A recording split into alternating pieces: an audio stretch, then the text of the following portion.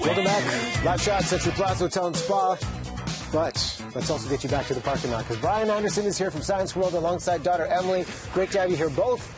Safety goggles are on, and we know it's cold outside, but we want to have some fun with science, so you've got the dry ice ready to go. We got dry ice. You think it's cold in Vancouver? This is like 2 Winnipegs. This is not minus 40, it's minus 80 degrees or so. In the palm of your hand, you have 2 Winnipegs. In the palm of my hand, I have a glove there. If I'm touching close, I got to be careful around that.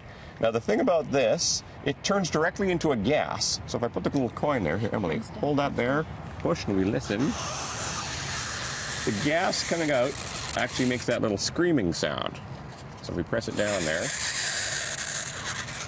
And how do we get that? What's the reaction scientifically? Scientifically, we melt this, or they call it sublimating. Goes directly from a solid to a gas, and that gas pushes on the coin to make it vibrate back and forth. That's what makes the little screaming sound. Queen gets angry. Okay. She does sometimes. 2 Winnipegs back in the box. All right, we're jumping up to 5 Winnipegs. This is liquid nitrogen.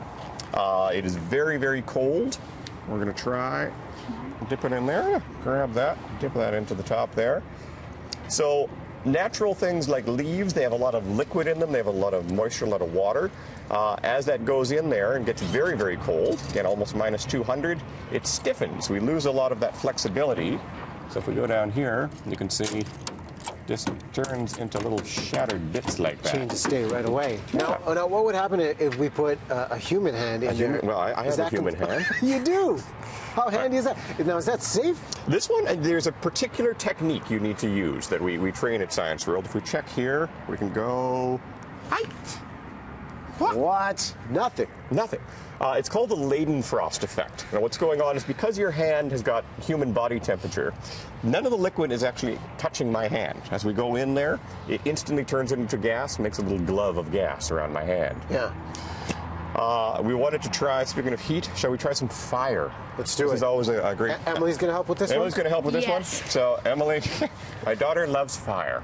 Emily, how cool is this to have your dad as the scientist, and you're always learning from him? It's pretty cool, yeah. You got a favorite experiment that you've done over the years with Dad? I like waiters. Oh, the Greek waiters tray, the tray that swings around and the cup is upside down and right side up. And we're going to have to do that next time. When it goes badly, it goes very badly. It's good entertainment, though.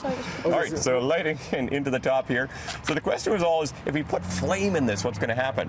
Well, the interesting thing, if Emily lowers that down a little bit, you'll see it instantly goes out because there is no oxygen there. This as it's evaporating, it's turning into nitrogen. Okay. Now, the next step we wanted to take is we're going to try and light a sparkler inside there. So we're going to use the top here just to give us a little bit of shielding from the wind. All right. Try and get our sparkler lit nicely there. That's all right. We're got a little bit going on. I'm going to try that. It's a wind chill. It's a wind chill going on. It's the nice thing today, is, if you can take multiple matches, you can get multiple fire. All right, so we're going to light that on here. Sparkler time. So it's interesting here, Emily, if you want to hold on to the top there and very gently lower it. We saw before the match goes out here because it's nitrogen. The sparkler's still going, and in fact the sparkler keeps going even if it's under the surface of the liquid. Oh, wow. And the reason for that is sparklers, when they're burning, they're actually making their own oxygen. So you need oxygen to keep a fire going. This one is actually producing its own oxygen. We'll try dipping it down under there again. Oh, wow. Science coming to life. Okay, we have like a few seconds left. All right, one last thing we want to try. Balloon doggy. Balloon doggy goes for a little walk in here. And it looks like he's shriveled up, like we've lost all the air from inside. But again, things expand and contract when they get hot and cold. So if we bring him back out, we're going to use your skills here. If you can just blow on top there. In fact, you want to pop on a couple of gloves. Sure.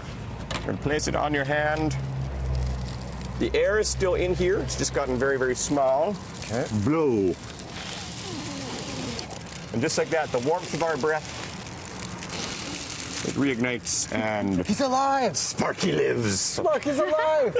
Listen, all kinds of fun. Science World, head on down there. I know you have showcases for people of all ages. Loved having you on. Emily, great job today.